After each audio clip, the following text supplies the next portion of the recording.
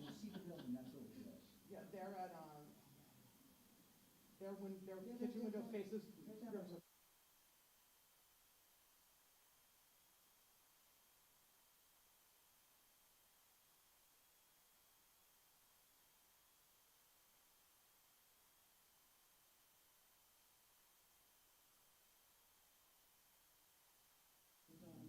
they're called Amgen scholars. This is after I retired.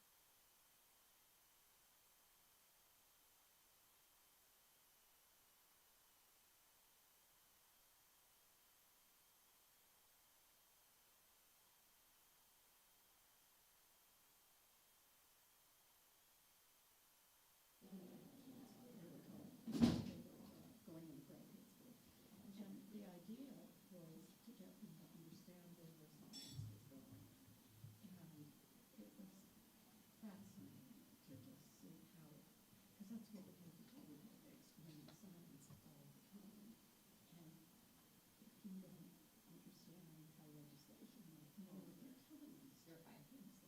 People are enjoying themselves. Right here. I mean, I think it's going to take a while for them to trickle And I in. said, So. oh, I'll let you know, having actually worked in a congressional office. And to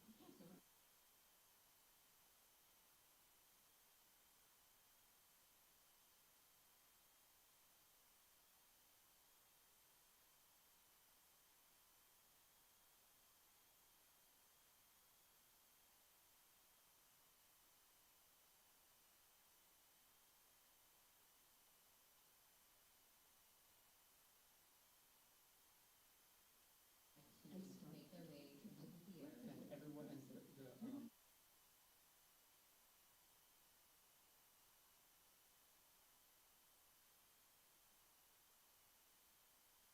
Everyone has No.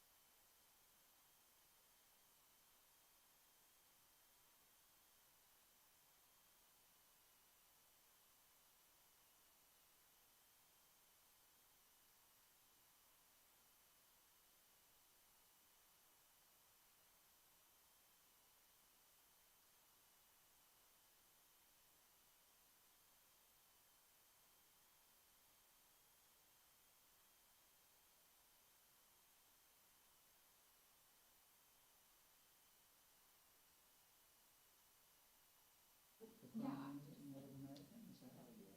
I think it was all, I think it was, I think it was, I'll have to look. Because that's a thing.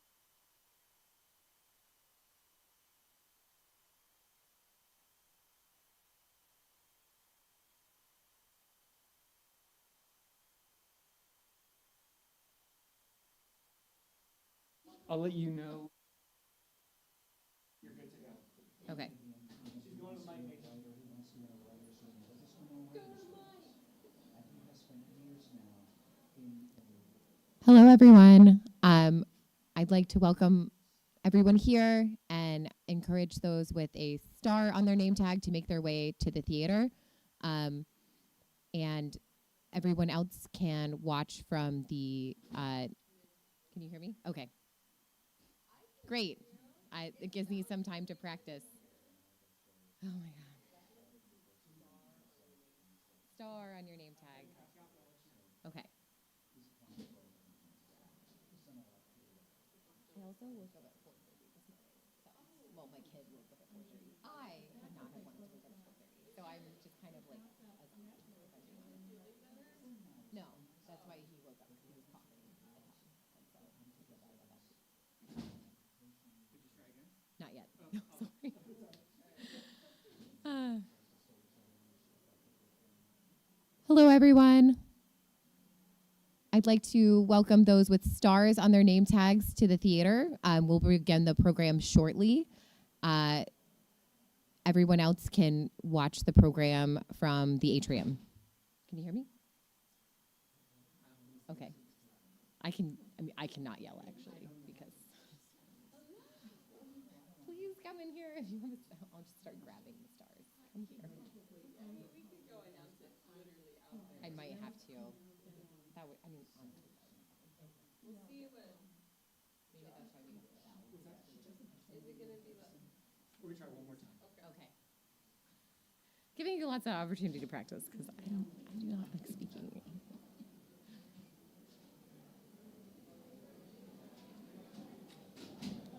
having technical difficulties? Yeah. Yeah, I know you can't hear. Yeah. In the back. Yeah. So. Supposed to be at least. Right up there. Yeah, right up there.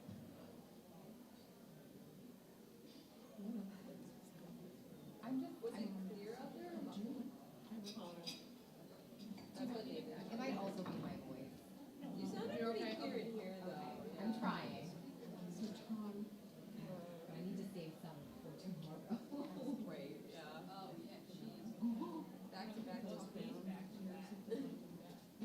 I got it. Couldn't hear anything. Can I let Ralph yell in? Yeah, let people in. Yeah, Do it one more time with gusto. yeah. When Raphael do it, he's got a deeper voice. Yeah, maybe. Hello, everybody. People with Stars on your name, tags, please make your way to the please make your theater. way to I think it might. Oh, this is for people. Yeah. Do you want Yeah. to see if you can hear? Can you send, send this one by phone? Sorry, I think my voice is not helping anything. with gusto. If you have a star on your name tag, please make your way. Hey, folks, can I get your attention? We're about to get started. If you're out in the atrium and you have a star on your name tag, can you come into Eaton, please? I'm gonna go start with Russ. There you go. Where are the? Oh, they're here. No, the. Oh, They're in order. Yes, they should be. I got it. You do your thing. Yeah, I'll but look at this is here too if you need it. Thank you. You do not need to follow the time. Take your. Raphael. Yes. As well, there's two. Yep. Tape. As long as you stand near one and the other person stands near one. You're good either way? Yeah, it doesn't matter either side, but just near those. All right. I'm going to go drag people in.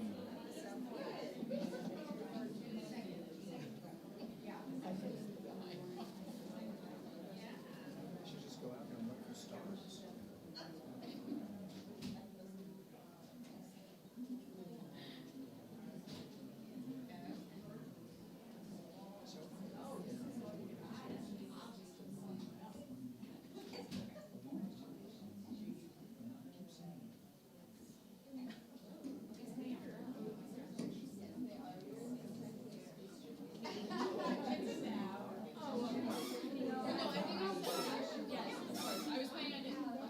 to do for Those are not normal seats. I was trying to like do them out. They're nuts. Yeah.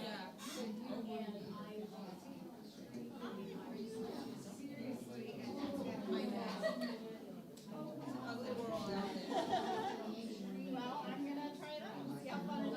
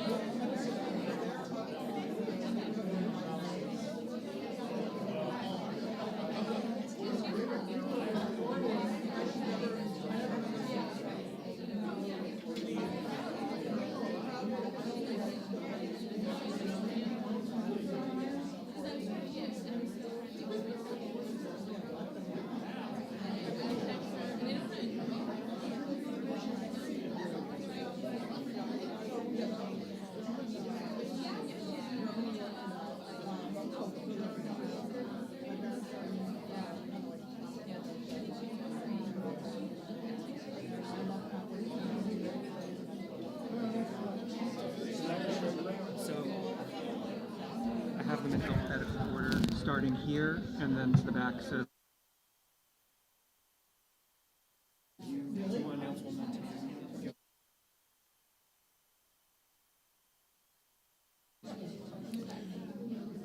Hey folks, if you're in the atrium and you've got a star on that name tag, please come into Eaton Theater. We're going to get started momentarily. Thank you.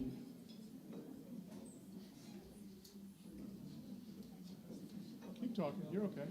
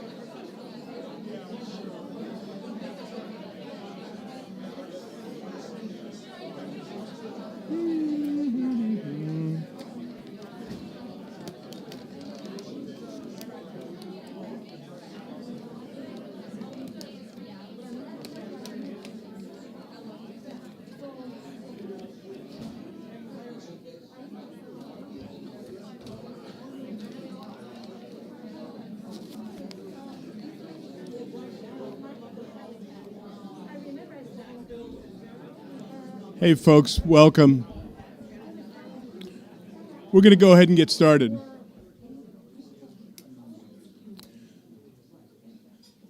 Welcome to Merrill College. Thank you for coming out tonight. Thank you for not letting the weather discourage you. We are excited to induct our 4th Hall of Fame class. We received 33 nominations this year, and adding in the nominations that carried over from last year, that was nearly 100 people that the selection committee had to go through and consider. I'd like to start by thanking the members of our selection committee. If you're here, please stand up, but they had the tough task of selecting this year's class from so many deserving nominations.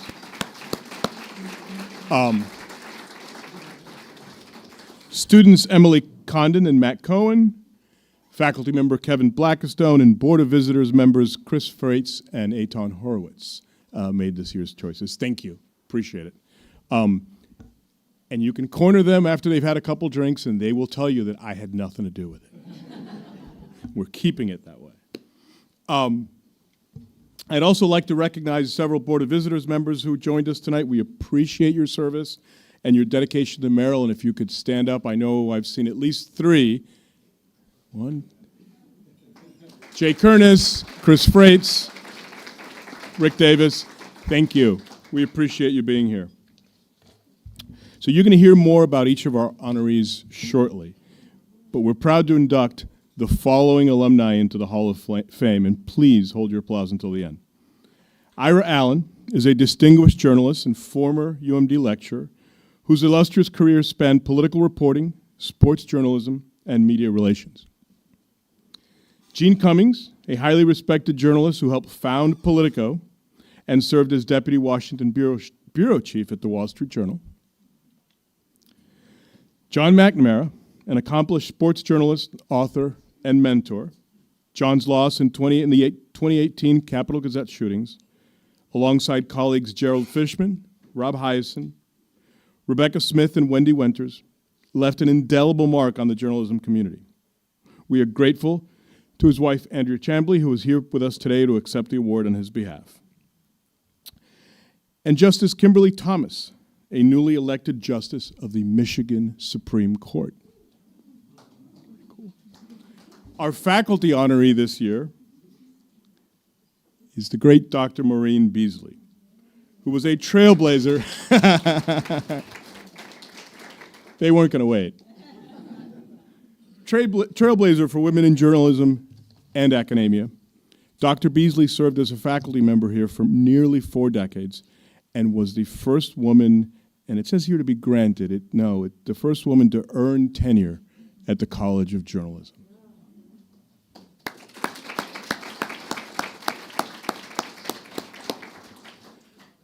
For those of you who were here last year, we're going to continue the tradition of having each honoree select someone, or we are continuing the tradition, having them select someone to introduce them this evening. So without delay, I'd like to welcome Tom Ferraro, a former reporter with United Press International, Bloomberg News, and Reuters, who will introduce Ira Allen.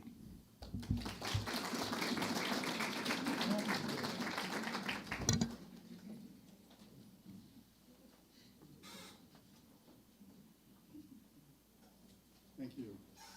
Thank you. This sounds trite, but it's true. This is a real honor to introduce Ira. Since I've been a fan of his for close to 60 years, I was a colleague of Ira's at Diamondback and at United Press International. It was always a thrill working with Ira. Let me start. Remember National Lampoon's Animal House? You do. It's good. It's going to make it easier. That 78 comedy starred, to remind you all, John Belushi, as a member of a fraternity at fictional Faber College, which constantly clashed with the school's dean, Vernon Warmer. That movie classic always reminds me of the late 60s at Merrill, then a highly conservative campus. That's when Ira was a reporter, managing editor, and later a columnist for the equally rowdy Diamondback, which repeatedly clashed with University President Wilson Elkins. The Belushi character, Pluto, was a rebel without a cause other than drinking a lot of beer and raising hell. Ira, by contrast, was a hell-raising rebel with a cause, advocating for civil rights, student rights, and denouncing the Vietnam War. Resist was the headline atop Ira's column dated December 2nd, 1969. For those of us not called upon to serve, he wrote, there's only one decent choice of service, none at all. Months later, to the relief and delight of President Elkins, Ira graduated and went to United Press International, then a pillar of American journalism. At UPI, Ira covered Watergate, Congress, and later the White House as a respected and booming voice of the Fourth Estate. Former Washington Bureau Chief Ron Cohen says, imagine if Donald Trump had to face the 1980s White House press corps, which in addition to Ira Allen, included UPI's Helen Thomas and ABC's Sam Donaldson. It would have been a bloody battlefield, Ron says. It would also have been, he adds, quoting Trump, good TV. After joining UPI, Ira soon returned part-time to Maryland, teaching journalism, establishing a scholarship fund, and heading an independent nonprofit that helps oversee what had become the Independent Diamondback. Ira also helped numerous students land their first jobs. Just briefly, a personal remembrance. I became a big Ira fan when I arrived at Maryland as a journalism major in 1966, and soon began to read Ira's stories in the Diamondback. I worked with Ira at the Diamondback some, and years later, when I found out Ira was going to UPI, I decided I wanted to go to UPI too. Ira's the best. If I was going to UPI, I want to go to UPI. And after a couple of years with Ira showing the way, I made it to UPI. So I was pretty full of myself, figuring I was working at the same place as Ira Allen.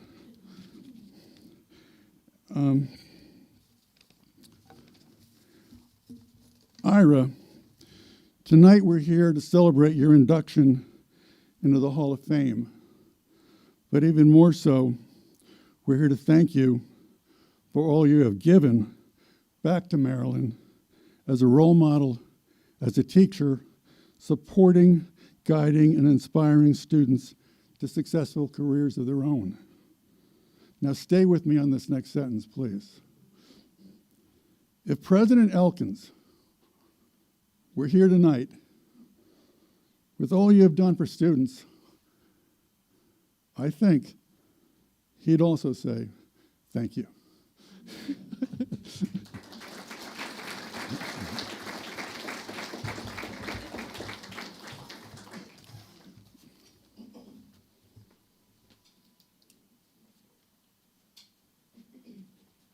So Ira, come up so we can say thank you.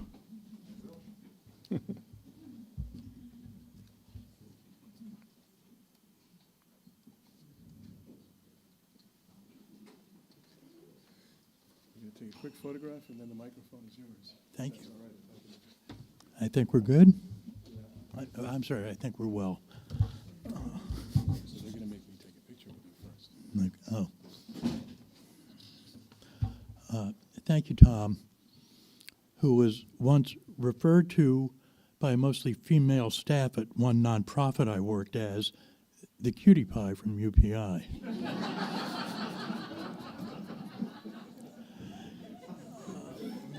I'm not really all that good at public speaking, so given the occasion and the place, I brought somebody who can help me.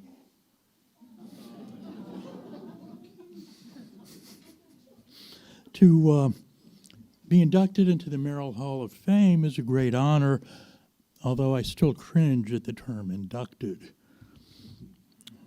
You have to be old. I want to thank my older sister, Roberta Bergman, for teaching me to read when I was 4 years old. I apparently entertained company by reading aloud at that age from the Washington Post, a habit I recently broke, for good reason. My interest in journalism began at the age of 12 when I had a paper route serving the late Washington Daily News, a Scripps Howard paper.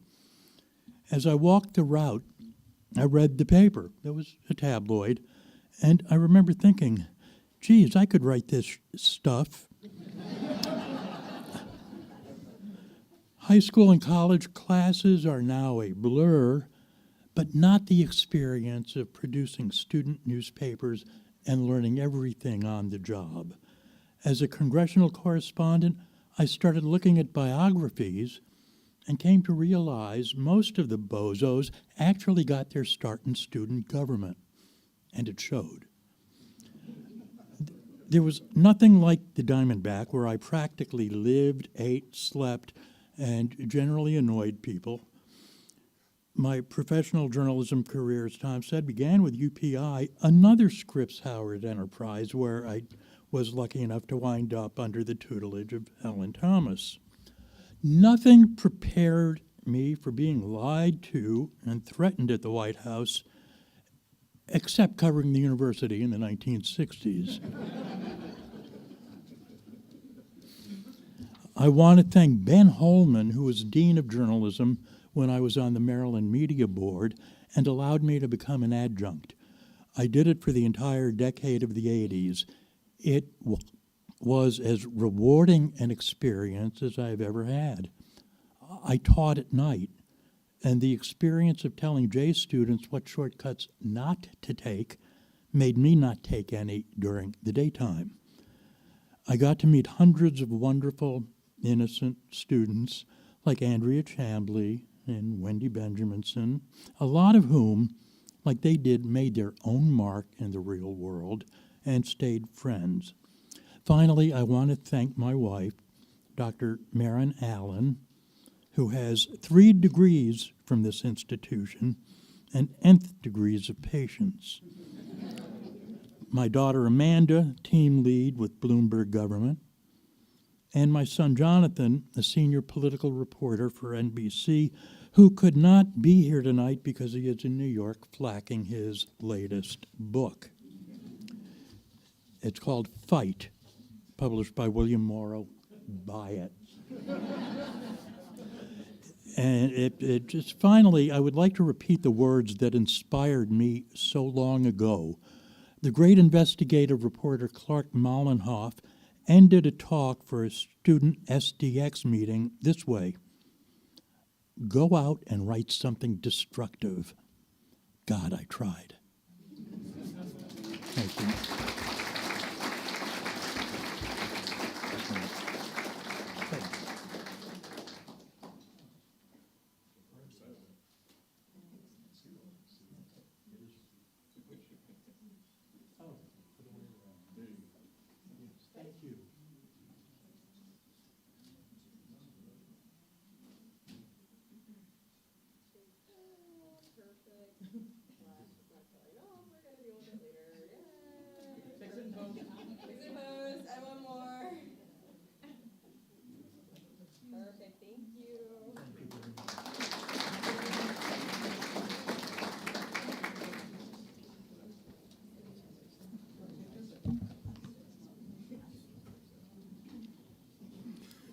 Thank you, Ira.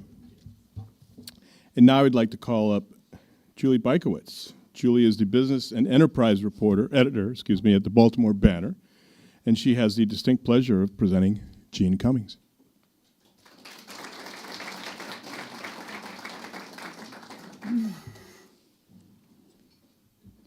Hi, I'm Julie Bykowitz, and I am proud to introduce my superb and one-of-a-kind favorite editor ever, Jeanne Cummings. I had the great fortune of working with Jeanne not once, but twice. First, starting at the end of 2011 at Bloomberg, and later at the Wall Street Journal. It's charming and disturbing to think about how politics felt back in 2011 when we were talking about Mitt Romney and whether he tied a dog to the roof of his car. Jeanne was there for all of that. And then again at the Wall Street Journal with substantially more intense times under the Trump administration. Jeanne is the rare blend of tough and humane as a journalist, the kind of person who automatically inspires you to be better because you don't want to let her down. She is a mentor in every sense of the word. Jeanne's career is an inspiration to me and has been an inspiration to everyone who's known her, from working at some of the country's top publications, including the Atlanta Journal-Constitution, Bloomberg News, and the Wall Street Journal, to helping start Politico, just an idea that now is part of our American politics. Along the way, of course, Jeanne raised a wonderful and kind daughter, Ruth, something that should not be lost on any working journalist. Jeanne helped me write great money and politics stories and tell interesting political tales from all over the country. But she also helped me navigate difficult personal times, time and again. She showed me every day that to be an editor didn't mean that you had to be a jerk. Her advice, professionally and personally, has always been flawless. I've known Jeanne for many years, and from almost my very first story for her, I've known that I would owe a lot of my career to her. And I'm one of literally dozens of people who would say that about Jeanne. But now that I'm an editor myself, I've been with the Baltimore Banner for about a year now, I can see it so clearly, how Jeanne made me not just a better reporter, but a better editor. I think almost every day, WWJD. I'm happy to introduce to you all my friend and my mentor, Jeanne Cummings, a person who I could not think of as more deserving for a place in the Hall of Fame.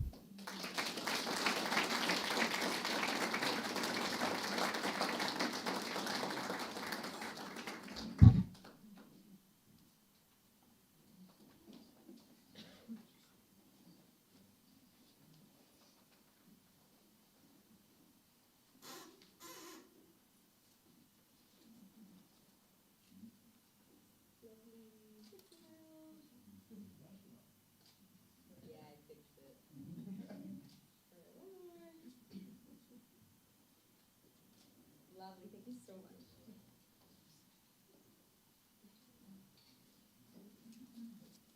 Good evening, everyone. First of all, I want to thank the Dean, and I want to thank the Merrill College Hall of Fame Selection Committee. This is an incredible honor and a very humbling one.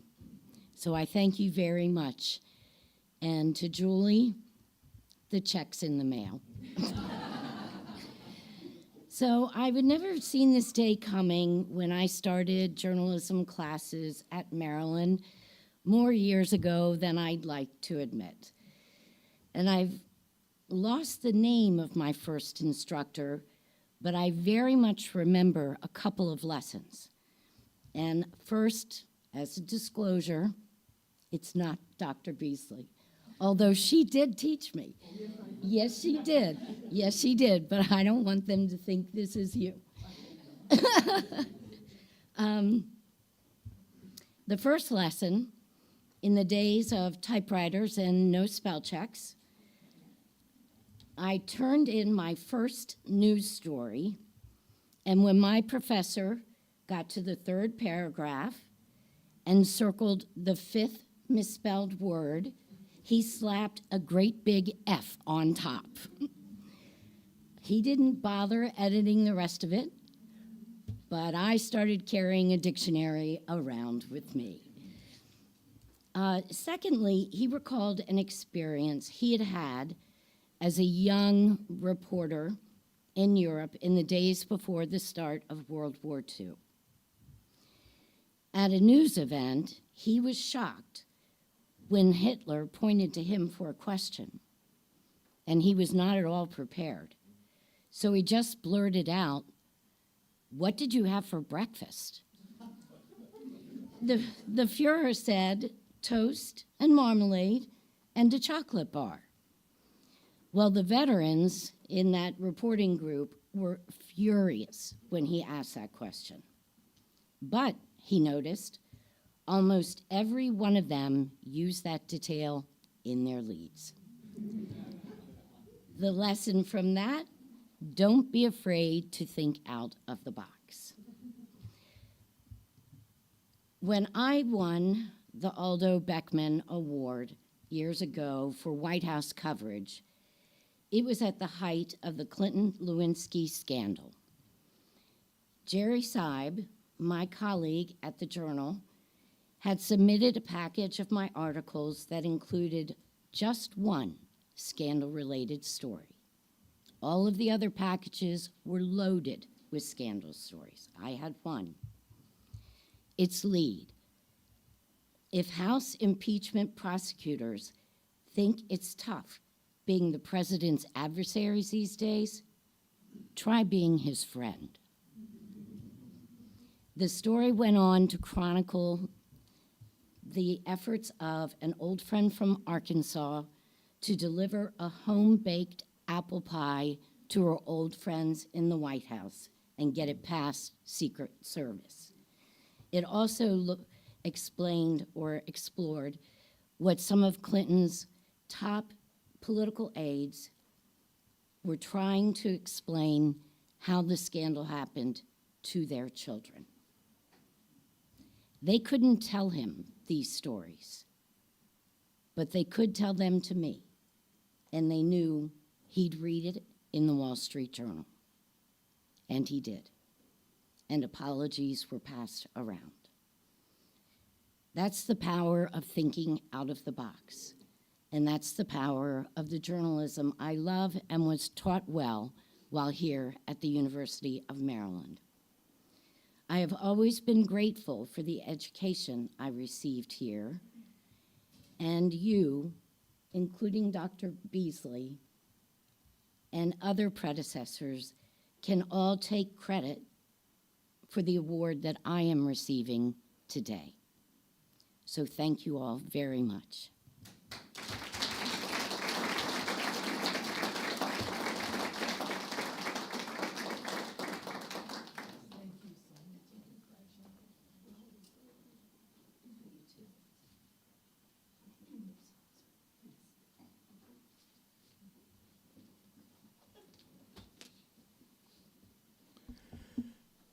Thank you, Jeanne.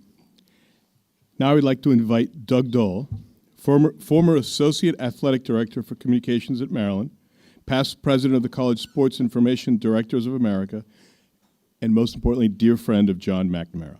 He has the honor of presenting Andrea Chambly, who is accepting this award on John's behalf. Doug?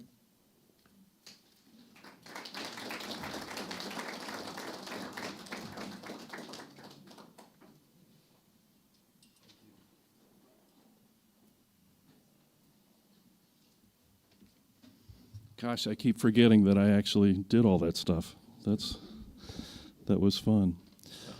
So I was sitting in the newsroom at the Hagerstown Herald when a call came in from a friend of mine who was with me here at Maryland. You're moving out of your parents' house. You should buy a TV. You and I are going to be roommates because I'm coming to be a sports writer in Hagerstown. That call from John McNamara began a long-time relationship. I remember every spring when our refrigerator in the apartment was covered with NCAA brackets. We picked the whole tournament, we picked day by day, and we picked against the spread for informational purposes only. If I lost any of those, my penance was to address him as Mr. College Basketball. I probably called him that anyway. As we know, behind the genius is usually an intelligent, savvy, supportive woman. And in John's case, that was Andrea. Theirs was a marriage in which you could always see the love, respect, and commitment. Andrea also showed off some serious journalism chops of her own, learned right here at Merrill, when she directed the completion of John's book about high school basketball in D.C. So on this occasion, it's my honor to introduce John's partner, his muse, his biggest supporter, and his wife, Andrea Chambly.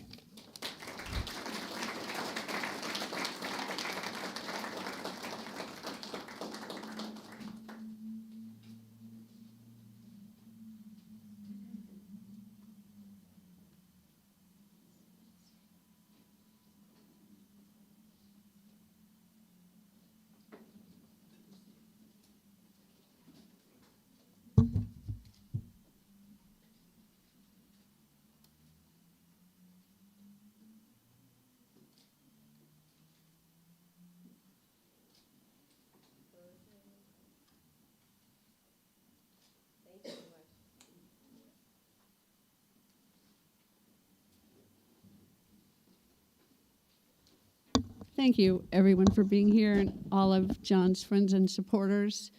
Ira Allen, Dr. Beasley, I took classes from both of you, and thank you to the committee.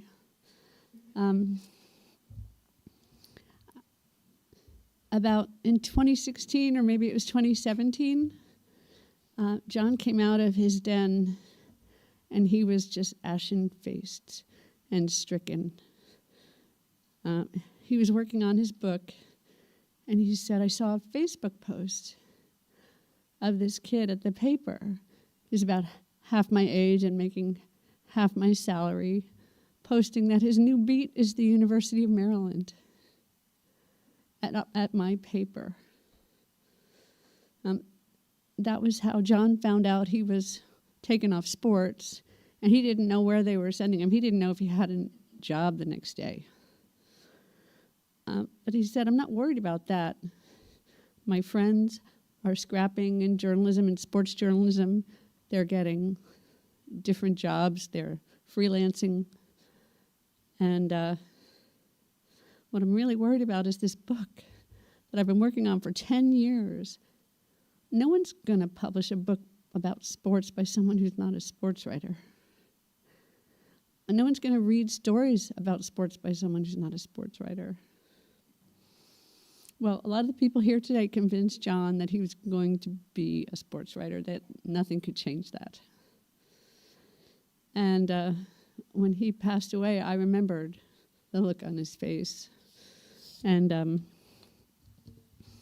I saw the files separated by player and by school and by year. And I found his computer files, and I thought I could finish this. And I'm really proud of it, this book, The Capital of Basketball.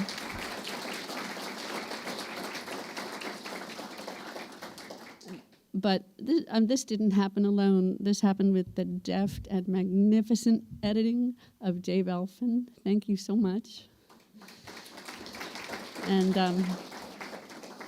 the support of Doug and his wife and his best friend Mike, who's here today, and his wonderful neighbor Chris. All their support made it happen. And Doug Donatelli and his generous wife Mary, who started the Sports Writer Scholarship here in his name. I think it's funding several students every semester now, thanks to the endowment. And my mom contributed to that, and so many of you here did. Thank you so much. And thanks to this honor and everything you've done for us before and after the tragedy in Annapolis, he's remembered as a sports writer, as he should be, and that means the world to me. So thank you so much for making this happen.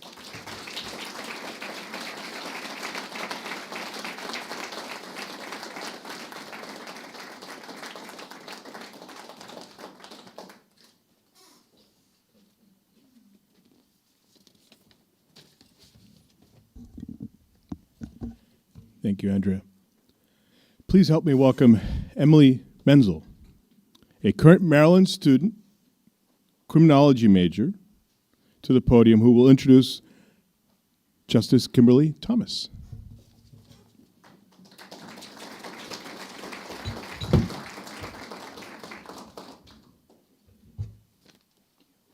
Of course.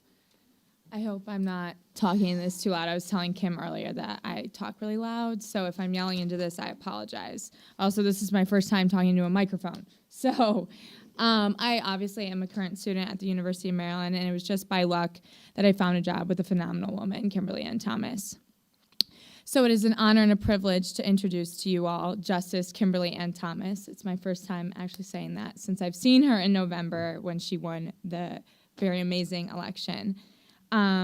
She is our newest justice on the Michigan Supreme Court and was elected this past November and began her term in January.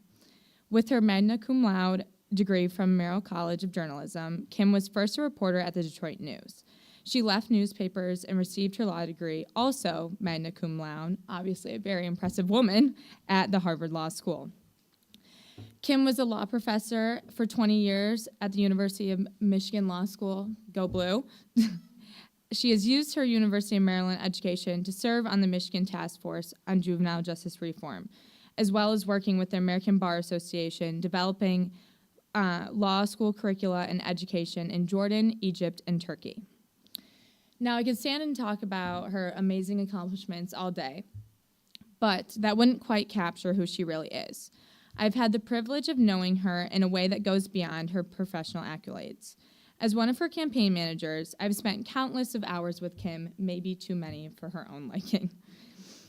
There were small moments, like when she would bring me a peanut butter and jelly sandwich and sunscreen because she knew I'd forget lunch and sunscreen and I'd get burned every day in the summer, to when I saw her cradling a baby of a past client, a beautiful child who wouldn't have been born if Kim hadn't fought so hard to help her client find justice. It's these moments that made me realize I wasn't just in the presence of a professional greatness, but I was witnessing someone who truly cares about the people around her. Kim, you're not just a phenomenal justice, you're a remarkable, compassionate person. Thank you for being you, and it was my honor of working with you.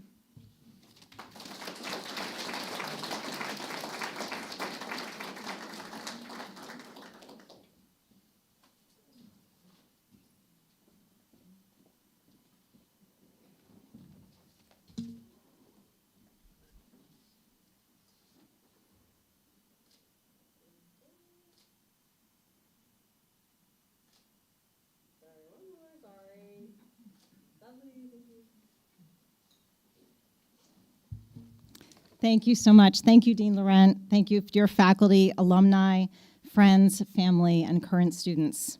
Thank you, Emily, for such a wonderful introduction. I'm so excited about what the next generation of University of Maryland alumni are going to do. I'm so humbled to receive this honor and so grateful that you chose a less conventional choice. I, in fact, did start my career as a reporter. I was a reporter at the Detroit News, and so I had some front page stories, and of course I did my fair share of overnight obits. And then in 1995, my union of the Detroit newspapers went on strike. And so I went out on strike with the Detroit Newspaper Union and was out on strike for almost a year and decided to leave the career that I thought I was going to spend my entire life doing and go to law school. But despite no longer working as a journalist, I learned 4 core things here at Merrill that have shaped my career. First, I learned how to write. And of course, type at an appropriate number of words per minute under the watchful eye of Ben Holman. But with that writing, I have written briefs for clients, I've written law review articles, I've written for my faculty at the University of Michigan, I've written op-eds on behalf of issues that I cared about, and now I'm writing opinions and dissents for the Michigan Supreme Court. I taught 20 years of students at the University of Michigan Law School how to write as well.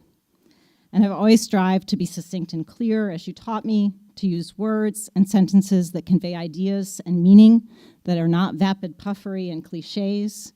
And I hope that my students and my clients, and now the public, are well served by what you taught me. Second, I learned the power of stories.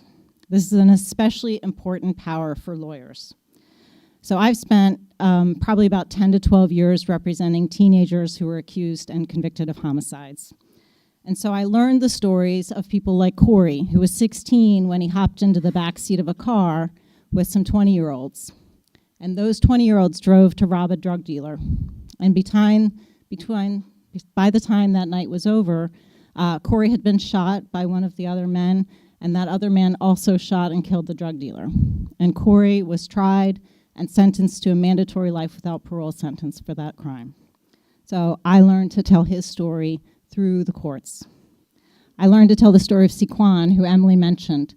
Siquan was arrested in his high school cafeteria for a homicide of another teenager that he did not commit, and spent the next 16 years in prison serving a mandatory life sentence for that crime until my students and I exonerated him. And so those stories are so important to connect us to people who are not like ourselves. Stories help us make sense of big ideas and hard problems when we need them the most. So I, of course, thank my faculty here for that gift. Chris Harvey and Linda Fivick, who gave me the gift of being able to go to the Capitol News Service, Dean Callahan and Dr. Beasley, and all of my other faculty who taught me what impact the stories can have in our lives. Third, I learned that you have to go out and talk to people. You can't do this from the couch. And I learned that last year, I decided to run for statewide office, having never been involved in politics before. And what I knew was the value, though, of shoe leather reporting. And so I put 30,000 miles on my car and crisscrossed Michigan, talking to voters everywhere about the issues that matter to them and listening to how the law affects their lives, and to really understand that. And that I learned here, that you have to go out and talk to people. 2.4 million votes later, I did win last November, which was amazing.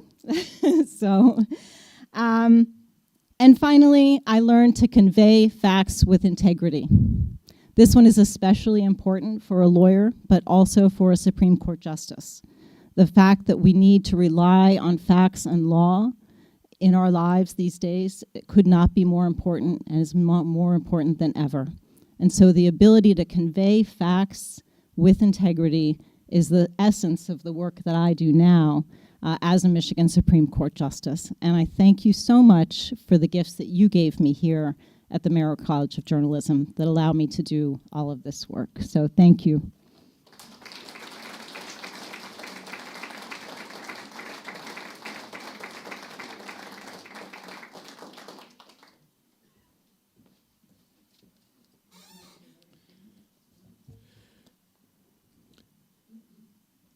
I got to say thank you, Judge Thomas, right? I got to get this right.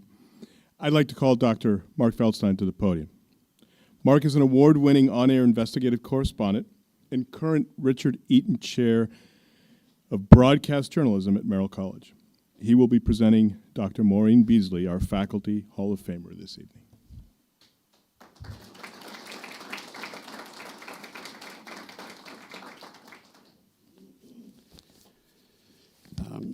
Thank you. It is truly an honor, however cliched that might sound, to introduce Maurine Beasley. I first came across Maurine in graduate school. She had written a terrific article about muckrakers and lynching. And long before recent scholarship about press complicity in lynchings and like the Howard Center's terrific Printing Hate series, she documented the press's moral failure on this issue. After grad school, I was excited to meet her at a conference, and I discovered she was the nicest, kindest, most generous historian since my dissertation advisor, and that's not always the case. A lot of time, eminent scholars can be kind of snooty, not Maurine. Then I joined the faculty here at Merrill, and I discovered she was an equally generous and kind colleague. Let me tell you a little bit about Maurine. She was born in the town of Sedalia, Missouri. And without giving away your age, I can say Franklin Roosevelt was president then, which was appropriate because she would become a leading scholar of Eleanor Roosevelt. She majored in history at the University of Missouri and started out as a teacher in Grand Rapids, Michigan. She switched to journalism, became the education editor at the Kansas City Star, then got a master's at Columbia's Graduate School of Journalism in New York City. There she won a Pulitzer Traveling Fellowship, traveled Europe, and studied British history at the University of Edinburgh. She was a writer at the Washington Post for 10 years, but unfortunately encountered the sexism that so many women faced there in the 1960s and early 1970s. So she got a PhD at George Washington University and wrote a dissertation on the first women correspondents in Washington. She published it, just the beginning of 8 books that she authored, co-authored, or edited, along with dozens of research articles, essays, book reviews in peer-reviewed journals on women and journalism and related topics. She joined the University of Maryland's faculty in 1974 and was steadily promoted from assistant to associate to full professor, although not without encountering some sexism here too. She also was graduate director of the Journalism College and affiliated with the Women's Studies and American Studies departments. At the same time, she was a founding member of the American Journalism Historians Association, served as its president, won its Cobra Lifetime Achievement Award, was also president of the American Education in Journalism and Mass Communications, which won its Blum Research Award and Shaw Senior Scholar Award. But she always put students first, as PhD advisor to 27 PhD students, 10 of whom won national awards for their dissertation. And one of them, Ira Chenoy, asked me to read this, what he had to say about Maurine. I am indebted to Maurine as a mentor and colleague. Maurine was his dissertation advisor. He continued, Maurine's infectious enthusiasm and joy as a teacher when I took her PhD journalism history class became a model that I tried to emulate in my own teaching. Then whatever success I had in completing my own dissertation, I owe to her. She always had a sharp eye for both the possibilities and the challenges as I engaged in that project. She had an exquisite sense of what might need to be fixed, but she delivered those insights in the kindest way that was energizing instead of demoralizing. I am delighted that she's being recognized tonight, and he would have been here except for needing to take care of his wife who's sick. Maurine stayed active after retiring. She came back to Maryland to teach. She continued to serve on dissertation committees, to write, and to publish. Just 5 years ago, she won a Fulbright grant to teach journalism, which she did at Jinan University in Guangzhou in China and Sophia University in Tokyo, Japan. She's smart, funny, modest, indefatigable. Please welcome the incomparable Maurine Beasley.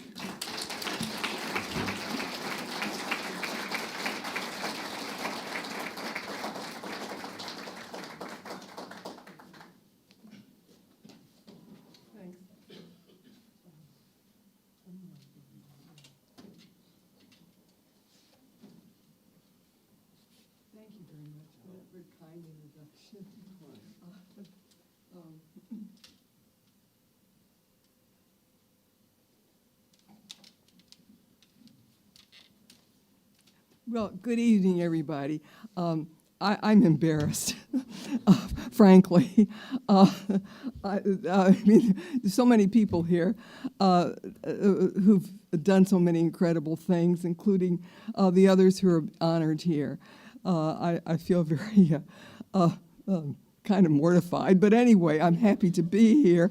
And when I first came in the door, I met an old friend, Reggie Stewart, and his son, and I thought, oh, I'm with friends, and that's so nice. I really, I feel like being in this building represents the final chapter of my own personal novel, because I always found this college to be the most interesting, exciting place. The interplay of the characters. At the time, we were building an institution within a university that was rising up in the ranks. A time of great social change, technological change, unbelievable changes in the communication field.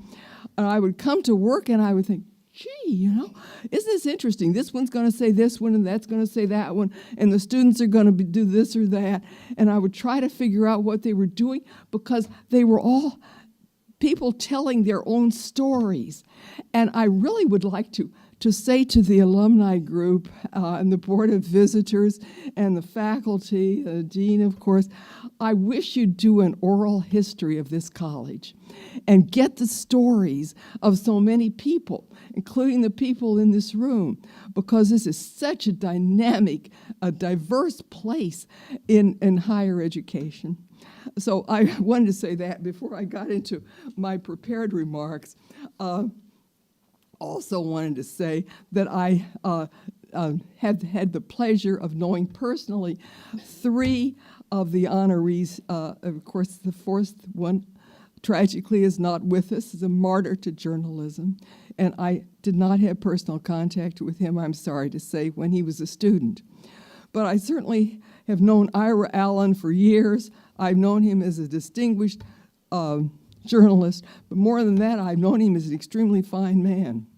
Now, I'm not a bit surprised that people are talking about all the help he's given to students through the years, because he's that kind of a person. Just, oh my, I wish more of us were like him. And then I remember very well Jeanne Cummings, and this was in the 1970s, just a few years after the Wall Street Journal decided it could actually have women on the staff, because it wouldn't do that for years. And to think how she has come along and what she overcame in sexism. Also, I remember her as an extremely hard-working person who was determined to have a career. And this was a time when women were kind of on the verge, of really getting careers. So it was just such a thrill to me when I saw her on television representing the Wall Street Journal. Gosh, that's wonderful. And then, of course, Justice Thomas. Well, I knew her back when she was in my reporting class, and we were having discussion about grades, and she said very respectfully, because she was always respectful, one of the nicest students you could possibly have. She said, "Oh, I never worry about things like that." Well, of course she didn't need to. Woman of incredible intellect. And when I heard later on that she was at Harvard, I remember saying to myself, well, of course, I'm not a bit surprised. Now, I only have a minute or two to talk, of course, but I want to tell you a couple of my personal stories about being here at Merrill. And I do want to give you my sincere thanks for this lovely award. I was teaching the introductory class. It was my first semester, the introductory news writing class. I was a part-timer, adjunct faculty member, fall of 1974, and the Diamondback came out with this article that was really sensational. The theme of it was that the College of Journalism had no women faculty members full-time. And I had nothing to do with that article. I didn't plan it. I really didn't. But these were the days of affirmative action. And so, lo and behold, I find in my mailbox a contract. So I never went through any formal hiring process. They just gave me a contract for a full-time job. And I was quite eager to have a job. I was working part of the time at the Congressional Quarterly, doing the dullest thing in the world. It's much more interesting to be here. So anyway, there was one kind of hitch, though. I was also in the process of adopting a child. And the adoption agency said, you got to agree to be a full-time mother. Well, I lied.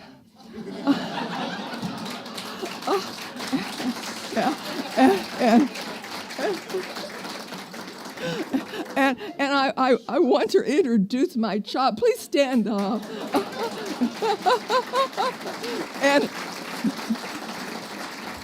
and her daughter. All this time, I thought she was a full-time mom. Lied to me. And her daughter and her daughter's boyfriend, they're here. So happy to have them. And I believe she may remember the night that we were on a bus.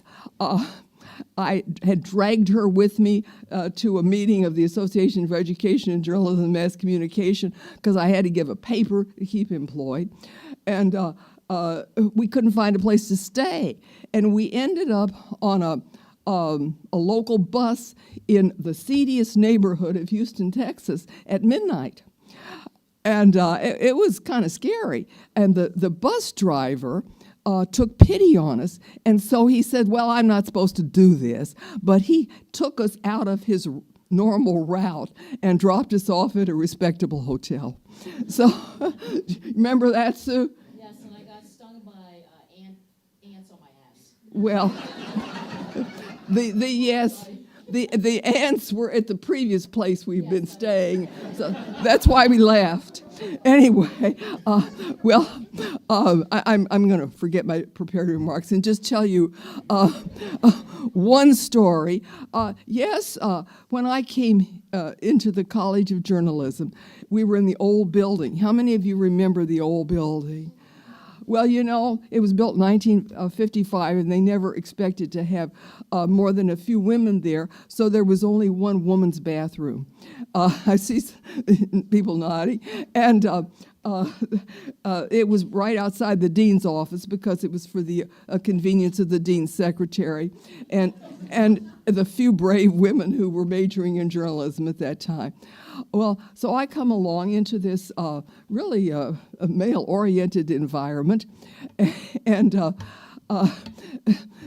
this is quite remarkable. But one day, one of the aged gentlemen motioned to me, "Come here, come here." He was on the fire escape outside the third floor of the old building. And so I said, yes. He says, "I want to tell you something.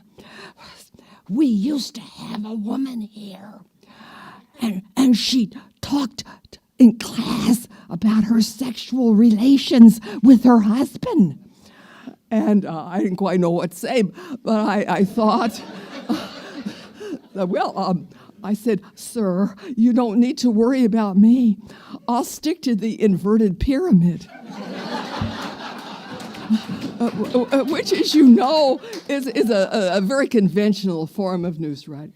So, and that's what I did. I stuck to the conventional all those years, and that's how I kept employed, and that's how I'm here tonight. So thank you very, very much.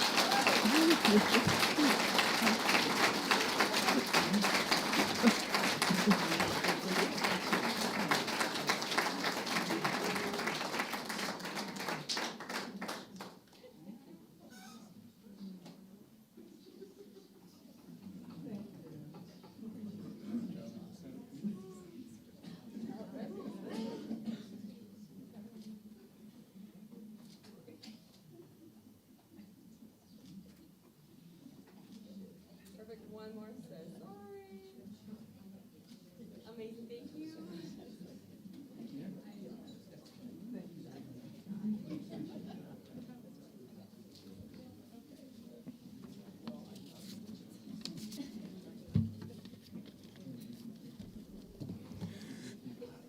How about another round of applause for such a great bunch?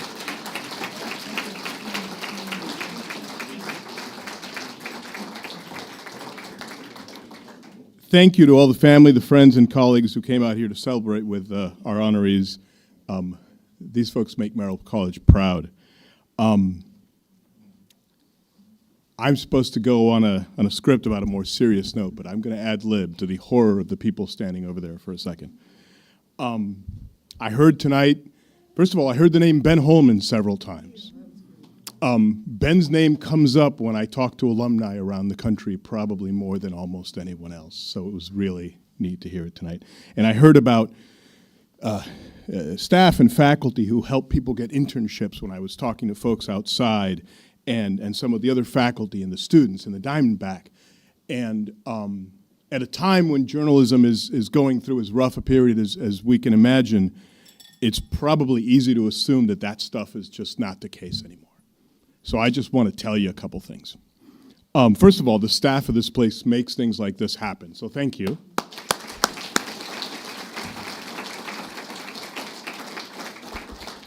But they don't just do this kind of stuff, right? They're the ones who help our students travel around the country to do stories that those of us who studied in the old building never got to do. They make the place work. And about those faculty, the faculty of this place are incredible researchers, incredible scholars on disinformation, on climate journalism. They are also working journalists. Just Google Deborah Nelson in Reuters, or Google Deneen Brown in the Washington Post, or look up almost any of them, and you will find them doing real work all the time. They are great mentors. They care about these. I call them kids. I know they're not kids, but they're still kids to me. They care about the place. They care about the mission. They care about journalism. If I'm not honest, they keep me honest because they care. And what can I tell you about the students? First of all, the Diamondback is still going strong, still independent, and still doing really good work. I love that.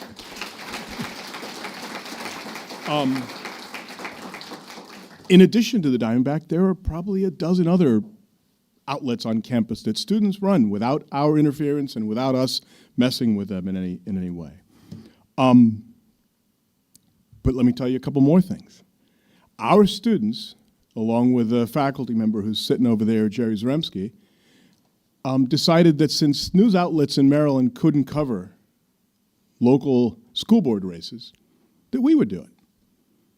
So what did they do? They surveyed 155 candidates across the state, and those who didn't answer the survey, we sent students to bug them and get them to answer it.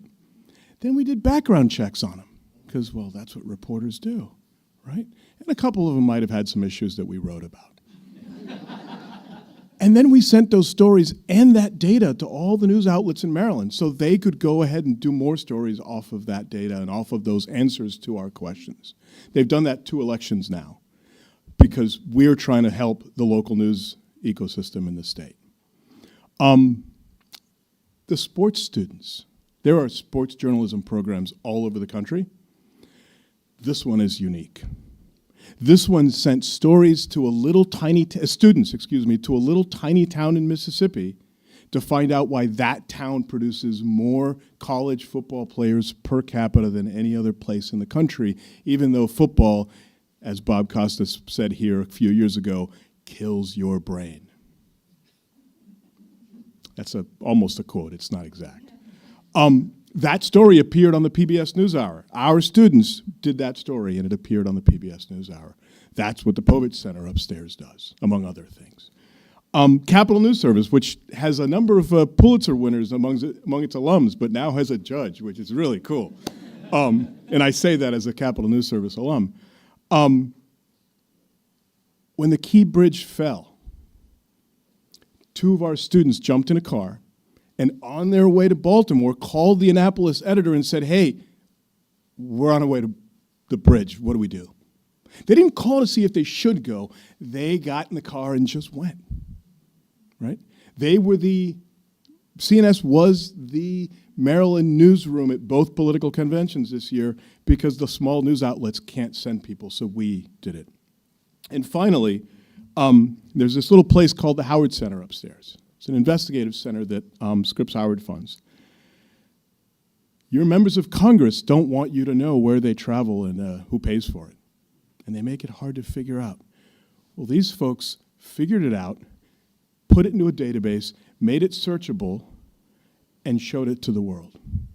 On the 2-year anniversary of the train derailment in Ohio, they had students there doing stories. And by the way, there were more stories coming on that, so just pay attention. I can't tell you what they're about. Actually, they haven't told me. Those are Merrill students all over the country. Their story out of Ohio, I heard on NPR the next morning. So these kids are doing amazing stuff.